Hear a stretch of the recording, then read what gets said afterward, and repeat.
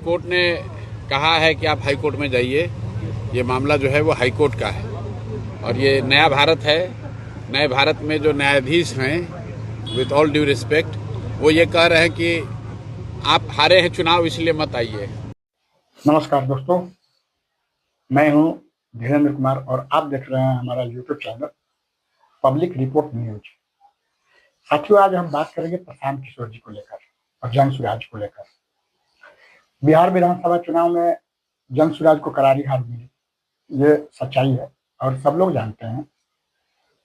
243 seat पर खड़े होने के बावजूद भी जनसुराज को एक भी सीट नहीं मिली, नहीं जीत पाई। खैर,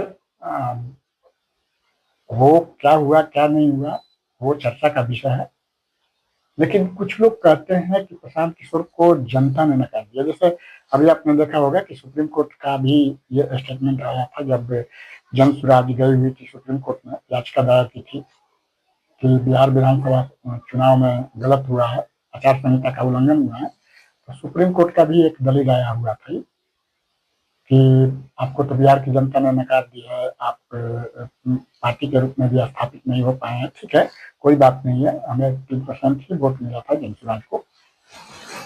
लेकिन जो लोग ये बात कह रहे हैं उनको ये भी सोचना चाहिए कि प्रशांत किशोर जी जब बिहार विधानसभा चुनाव में अपना प्रत्याशी उतारे थे और मुद्दा जो लेकर आए थे वो मुद्दा सीधा जनता से रिलेटेड मुद्दा था, न कि ऐसा कोई मुद्दा था जो कि जनहित में ना हो। प्रशांत किशोर जी क्या कर रहे थे?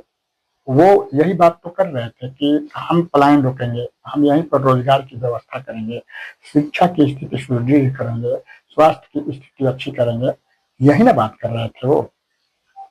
और उन्हीं की देन है कि पूरे विधानसभा चुनाव में आपने देखा कि चाहे कोई भी पार्टी हो, भाजपा हो, आरजेडी हो, जदयू हो या जो भी पार्टियां हो, वो सारे लोग विकास की बात करने लगे, पलायन की बात करने लगे। नहीं तो इससे पहले क्या होता था? जो भी पार्टियां आती थी धर्म के नाम पर, जाति के नाम पर, यही सब उन लोगों का मुद्दा रहता था और इसी पर चुनाव लड़े जाते थे। लेकिन ये पहली बार 2025 का चुनाव था जो मुद्दे पर लड़े गए और मजबूरी बस सबको ये स्वीकारना पड़ा, बिहार में विकास की जरूरत है। आप बताइए कि कोर्ट में तो वही जाएगा जिसको दिक्कत होगा। मेरी समझ से न्यायालय का, न्यायाधीश का तो काम यह है कि जिसके साथ या जिसको लगता है कि उसके साथ अन्याय हो गया, उसको न्याय संगत उसके लिए बात की जाए। उस कोर्ट का काम ये नहीं है कि किसको कितना वोट मिला है। और अगर वोट मिलने की बात है तो भाई 15 लाख से ज़्यादा लोगों ने जनसुराज को वोट दिया है, तो 15 लाख लोगों का कोई अधिकार नहीं है। लेकिन चलिए, वो तो अपने कुर्सी पर बैठे हुए, जो टीका टिप्पणी करनी थी उन्होंने कर दी। बिहार का बच्चा जानता है कि 10,000 रुपये देकर सरकार यहाँ बनाई गई है, 10,000 रुपये देकर वोट खरीदा गया है। न्यायाधीश महोदय कह रहे हैं कि हम लोग फ्री भी पर चर्चा कर सकते हैं। वो मतलब फ्री भी सरकार दे रही है, नहीं दे रही है, देना चाहिए नहीं देना चाहिए, इस पर चर्चा कर रहे हैं। लेकिन जो ब्राइबरी है सीधे वोटर की 10,000 रुपये देकर जिनका वोट खरीदा गया है, उस पर यहाँ का न्यायालय या यहाँ के न्यायाधीश बात नहीं करना चाहते हैं। तो देश की जनता देख रही है, बिहार की जनता देख रही है, उनको तय करना है। कोर्ट से उम्मीद की बात नहीं, हमारा अपना काम है, जो ड्यूटी है हम वो काम कर रहे हैं। सबसे ज्यादा उम्मीद तो बिहार की जनता से है। सबसे ज्यादा कष्ट में आज यहाँ अगर गांव में दिक्कत है तो न्यायाधीश महोदय को दिक्कत है, पुलिस को दिक्कत है कि प्रशांत किशोर को दिक्कत है? सबसे ज्यादा दिक्कत यहाँ के रहने वाले लोगों को है।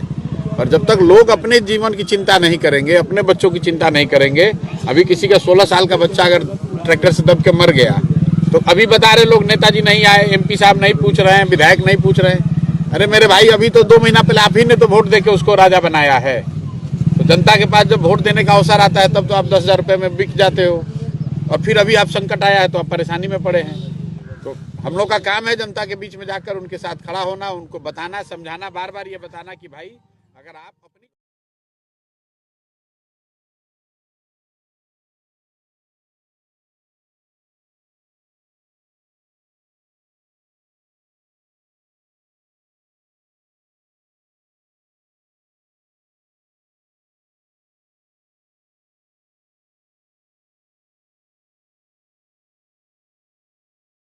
जनसुराज का जो अपना कैरेक्टर है, जो चरित्र है, समाज के सभी वर्गों के प्रतिनिधित्व को लेकर, हिंदू मुसलमान के नाम पर राजनीति नहीं करने को लेकर, अच्छे लोगों को आगे बढ़ाने को लेकर उन मूल बातों से कोई समझौता नहीं होगा, चाहे जीते या हारे।